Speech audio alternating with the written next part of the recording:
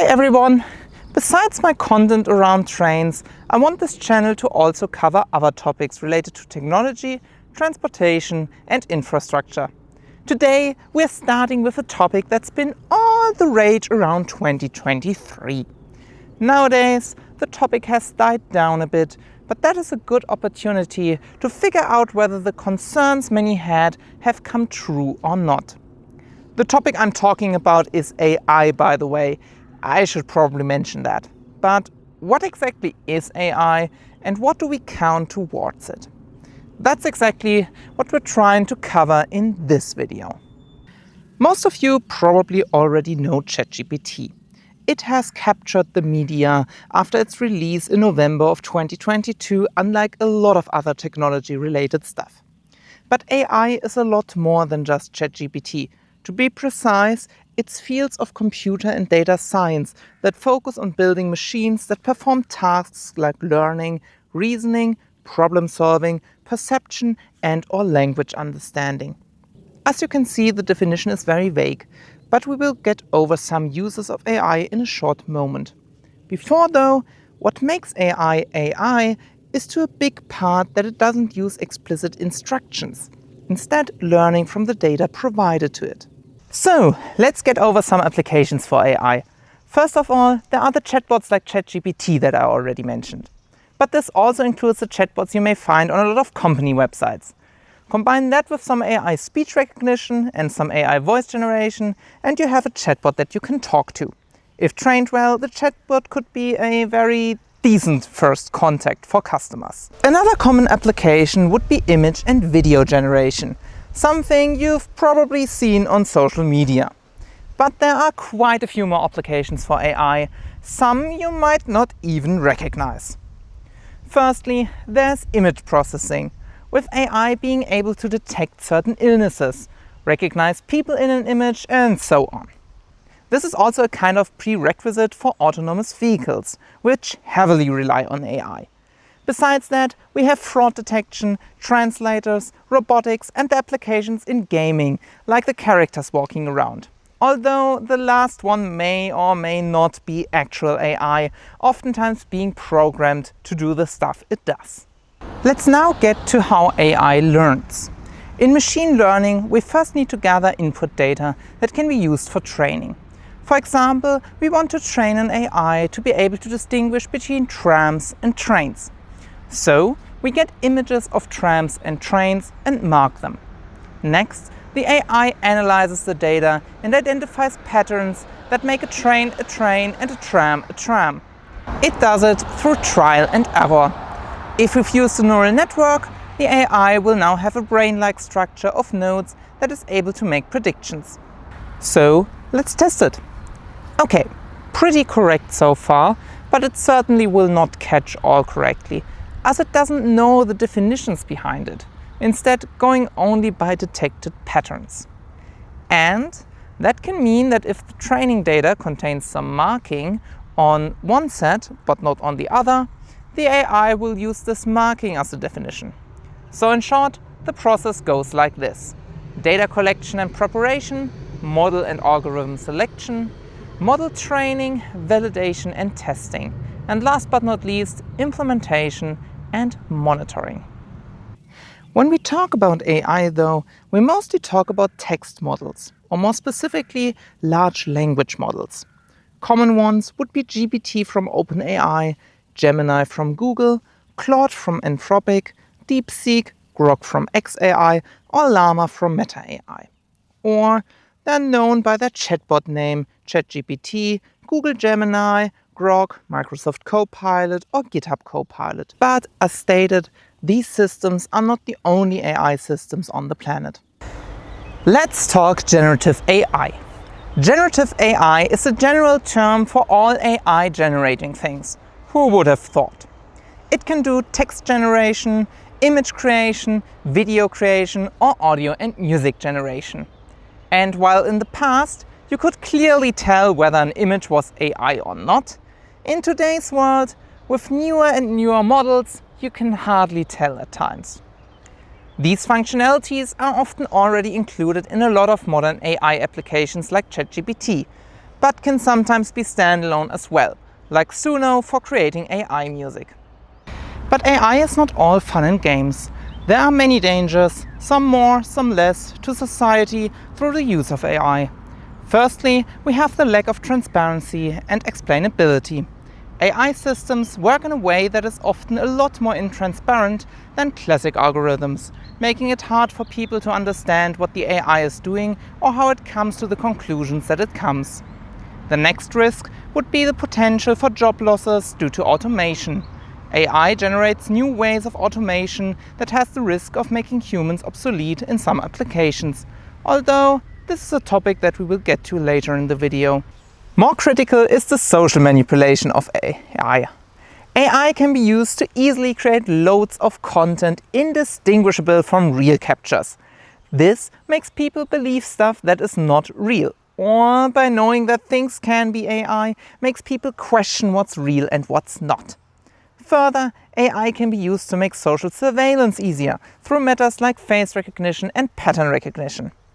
And that leads to a lack in privacy by the amount of data being captured. A lot of AI systems are also biased in one way or another, which can happen many ways that we will be covering later. AI can also be used for autonomous weapons or in general increase criminal activity. One example here would also be non-consensual image creation, mostly in a pornographic way, which can be a real problem. There's also a risk for mental deterioration through the increased use of AI and low-effort content being consumed. And last but not least, there is the topic of copyright in an AI world, as well as AI's impact on the environment. But let's get through them one by one. So let's first focus on the topic of employment. In the rise of AI, prognosis stated that around 6 to 7% of the workforce could possibly be replaced by AI. Now, theory and reality are often two different things. In reality, the impact on the workforce was not that large yet. We don't know how this will develop in the future. Maybe AI usage stays where it is currently, or companies will start to use AI more and more. Now, in theory, people could change jobs and move to different fields, although this would probably not be an option for everyone. Although we have seen similar movements in the past through automation and digitization. For example, signal towers. In the past, every little train station had its own signal tower. Today, larger signal towers, so to speak, control large areas. Die regionale Betriebszentrale Rheinhessen-Weinstraße controls basically the entire Palatinate area, going north from almost Mainz down to Landau and Pirmasens. As you can probably guess, this means that a lot of jobs have been lost here. Because in the past we had 2 to 4 people on each station, and today we have 2 or 4 people controlling the entire area. But while AI may not have the impact as earlier movements, its impact may be very different. In the past, low-paying, often factory jobs got replaced by modern technology. The people then needed to adjust accordingly, going into organizational and controlling tasks, often earning more than before. AI doesn't come for the low-paying jobs though. It comes for all jobs, and especially those that require creativity. On the other hand though, studies also state that AI is only able to increase productivity by around 15%. In the end, we will have to wait and see what the future holds. Okay, that's all very vague. So let's look at one field in particular. The field of computer science is one field where AI is talked about a lot. In the past, it was a promising career path, especially for Gen Z. However, this is shifting at the moment, as the job market is very volatile since COVID, with 64% of Gen Z fearing that they're being laid off. And yes, with AI making junior developers somewhat redundant, entry-level jobs decreased by 25% in 2024 alone. Internships are hard to impossible to get, 60% of new hires are being fired within a year, and senior developers are asked for way more than junior developers. Just so you know, I'm pretty sure those numbers are referencing the US and not the EU market, as in the US, workers' protection is far worse than in the EU. But it's not all bad. The scene is shifting, AI literacy is becoming a must, and hybrid careers are booming. Computer scientists with broad knowledge might become more important than ever, because AI can assist, but human insight, ethics, and leadership are still needed and will be in the future. There are new AI career paths, with simpler tasks like refactoring becoming more and more automated, and humans being able to focus on the things in general. But still, if you think your job, the way it currently is safe, think again. It probably isn't. So let's move off of the workplace and move on to general stuff. A big issue with AI is misinformation. On one hand, misinformation can happen due to AI giving you wrong information, and on the other hand, AI can be used to make it easier to actively spread wrong information. So on one hand, you need to take everything AI says to you with a grain of salt. While the information may be correct, the AI may also confidently try to make you believe that 1 + 1 = 3. Or that if you want to wash your car in a car wash around the corner, you should walk instead of taking the car. So you need to be aware of these kinds of things when using AI. But with AI content sometimes being hard to distinguish from real content, you can never be sure whether something you read or see online is actually real or not. Some people are actively trying to spread misinformation through the use of AI. Now, this is actually backfiring as well. People generally believe what they want to believe, and they don't believe the things that don't fit in their worldview. But when you cannot trust the things you read online, you start questioning other things you read as well, damaging the trust people have in news. And that brings us right to our next topic: manipulation. Especially right-wing organizations love using AI to paint a certain, often incorrect picture, as we were able to see by Donald Trump's and Elon Musk's massive use of AI content. The German right-wing party AfD has also been seen to use AI massively in their election campaigns. With AI reproducing and reinforcing sexist and racist views, it helps fascists to argument against minorities as well as the political opposition. The images don't have to be believed, even when they're not. They help them prove their point. All of that leads to further splitting of society. Well, I'm curious what kind of political war I have just unleashed in the comments. And with that, we're getting to the problem that AI may be biased. Bias can happen in basically every step of the AI training process, from biased data being collected to data being labeled in a biased way, bias creeping in at the training step, or at deployment. We have to differentiate between explicit and implicit bias though. Explicit bias is bias that is wanted by the creators, while implicit bias is bias that has creeped in unintentionally, often by training data that focuses more on one end of the spectrum than the other. AI can show many different forms of bias, from selection over confirmation, measurement, stereotyping, all the way to out-group homogeneity bias. And bias can bring a feedback loop, creating even more bias. We can mitigate bias by having diverse and representative data, using bias detection tools, monitoring continuously, or having human oversight. But on the other hand, if someone wants bias, they can just do the opposite of what I just said and have an AI that can help them push their own view. What would my classmate look like naked? Maybe AI can help me. Maybe. AI is known for creating pornographic images, also from real people who didn't consent to it. Most normal AI systems, though, will block requests like that. But, people will always find a way around it. For example, there was a scandal in early 2026, where Grok was able to generate masses of sexualized images. After word got around, image generation was turned off for most users. But, I mean, it's Grok. What did you expect? Let's quickly throw in the environmental impact of AI, as it is also not insignificant. To make AI work, you'll need high-powered servers with lots of RAM and all that stuff. This means that an AI search uses about 10 times the energy of a normal internet search. Power demands for AI tasks currently increase by about 12% per year.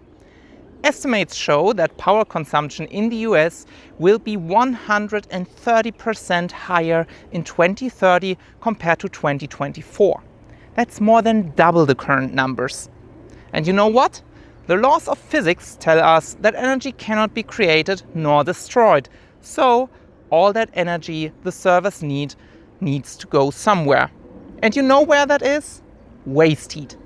So the water demand to cool all those AI servers is expected to be at 4.2 to 6.6 billion cubic meters by 2027. Yes, that's billion with a B. And all that demand for hardware also creates demand for raw materials needed for the servers, leading to shortages in other fields as well. I mean, have you looked at current RAM prices? Let's see how well that reference ages. On the other hand, the increased use of AI can maybe reduce energy demands in other areas, for example, by using pattern recognition and therefore optimizing processes. Privacy has become an interesting topic in the age of AI. What information is part of the training data? Can AI replicate private information that it shouldn't? As you should probably know now, AI is data hungry and intransparent about where it gets its data. So it wouldn't come as a surprise that the data scraped off the internet might contain some personal information of people. This is also made easier by the internet and large companies already gathering tons and tons of personal data about us. And without regulation from government, we rely on manufacturers to remove personal data from the internet. Besides privacy, there's also the topic of copyright. AI and copyright was and is an often criticized topic. AI is often crawling copyrighted data and can generate content in the style of different artists. Now, outputs in the style of an artist are generally not considered copyright infringement by law, but are still questionable ethics-wise. Voices can be considered copyrightable though, so replicating a person's voice would be considered copyright infringement. One big question though is, who will be liable when copyright is infringed? Is it the creator of the AI? Or the person creating the prompt? Or nobody?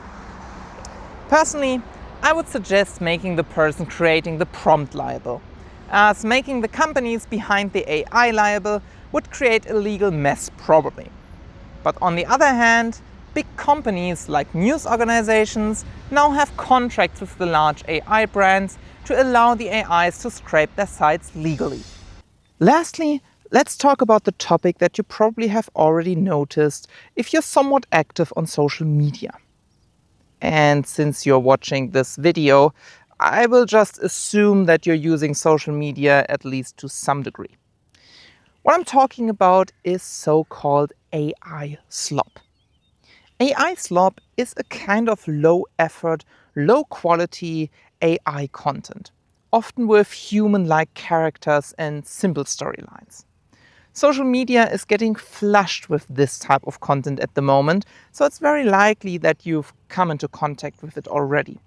For example, you may have seen the Mama Cat type videos, these ones. For some reason, this type of video gets very high like and share values, which makes it very rewarding for the content creators. AI slop is also often linked to brain rot, a type of content without a lot of value. But this is a general comparison between content that is made to learn something, like my channel, and content that is just for entertainment. And AI slop seems to be good enough for enough people to make it worth creating. Well, let's round this up now. AI has come to stay, that is clear now. It is not as dangerous to the job market as we thought. However, it brings dangers to society by making misinformation a lot easier. Basically, we are bombarded by content where we cannot be sure whether we can trust it or not. Especially right-wing parties like to use our credulity to deliver wrong information. And with that would be it for this video. Thank you for watching and until next time. Bye! I just walked here or went here to another city for recording a little bit about a tram, basically. And that is the only thing I'm recording here right now. Which, if I think about it, makes almost no sense to do so. But anyways, here we are. And then let's do the German version. Another common application would be image and video generation, something you've probably seen on social media. Now, in theory, people could change jobs and move to different fields, although this would... The German white ring. I think that take is pretty much perfect. So let's move off of the general. But while AI might not have the impact. Oh, warte mal, ich bin so groß. Was habe ich für einen Zoom-Faktor? Ja, bitte ein bisschen runter hier. Okay.